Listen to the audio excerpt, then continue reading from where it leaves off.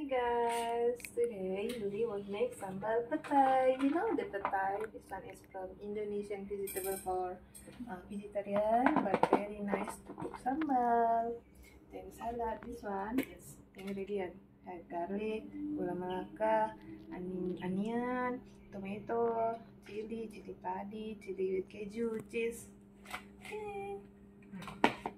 You see I got this petai. The petai we just cut into half.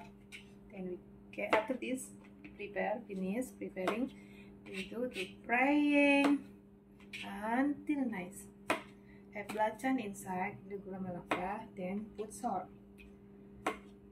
So as you like, can put more chili if you like spicy. If you don't like spicy, you don't need to put too much chili. Okay.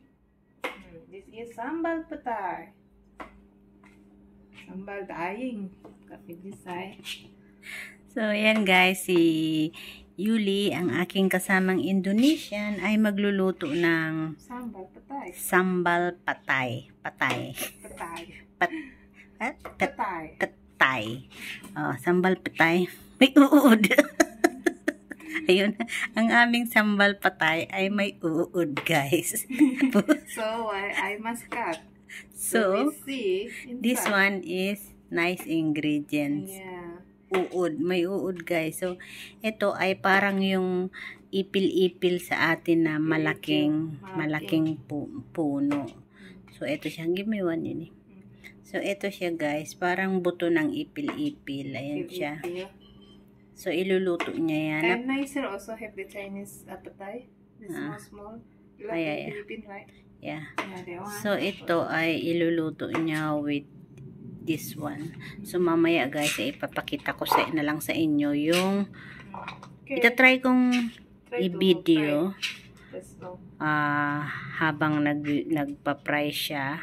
Pero kung hindi naman, dahil may mga kalaban. You fry now?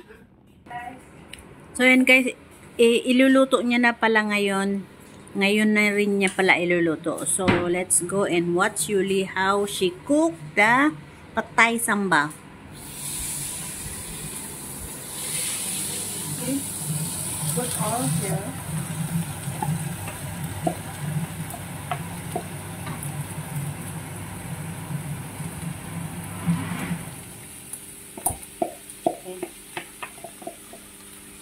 So, ayan na guys, ipapry niya na rin lahat ng mga ingredients. Okay, buto.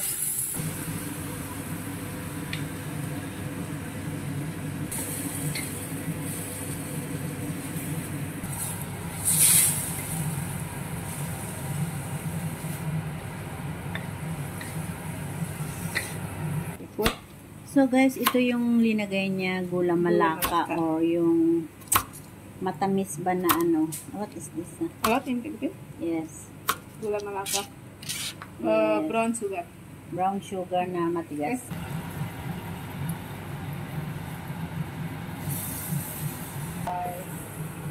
Hi guys.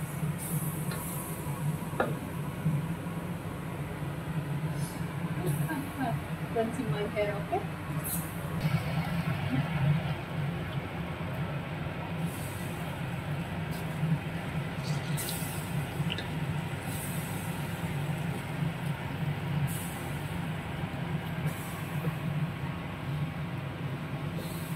Ready? Oh. Yan, okay ulit.